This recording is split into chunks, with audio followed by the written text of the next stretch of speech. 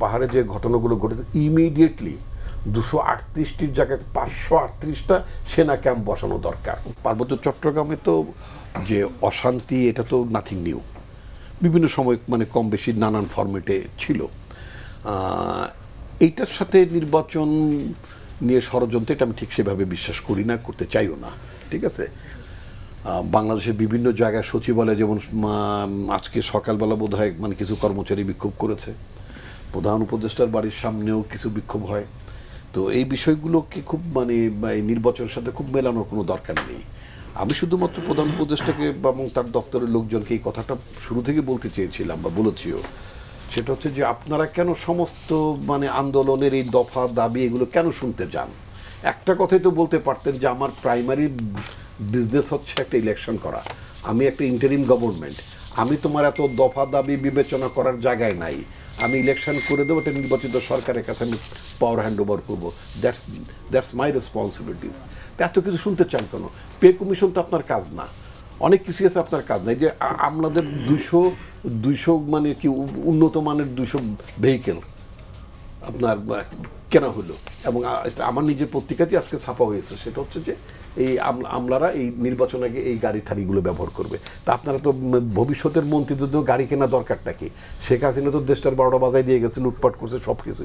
দেশতে আপনার অর্থমন্ত্রী যখন বলে, আপনার বাংলাদেশ ব্যাংকের গভর্নর যখন বলেন যে এখন আপৎকালীন যে রিজার্ভের যে ইয়েটা আছে কি বলে অবস্থা যেটা আছে, সেই অবস্থাটা বিদেশি মানে ঋণ টিন পরিশোধ করাটা খুব ডিফিকাল্ট হয়ে যাবে।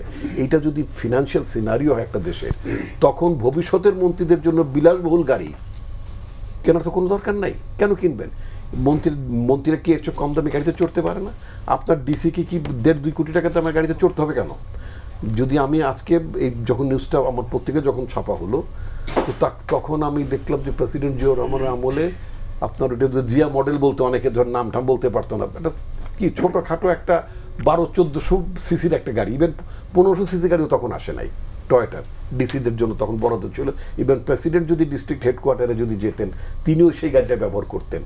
এখন আপনার উপজেলা নির্বাহী অফিসারের বেলায় সেখানেও আপনার এখন 1.5 কোটি টাকা দামের গাড়ি, আলাদা রাস্তা লাগবে, মানে একটা ভয়াবহ পরিস্থিতি।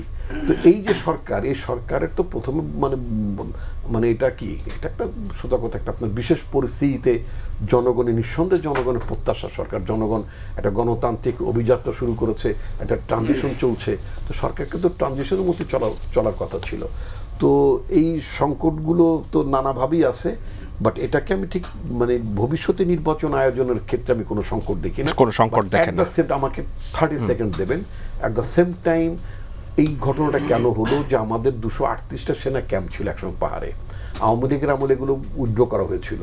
আমি মনে করি পাহাড়ে যে ঘটনাগুলো ঘটেছে ইমিডিয়েটলি 238টির জায়গায় 538টা সেনা ক্যাম্প বসানো দরকার।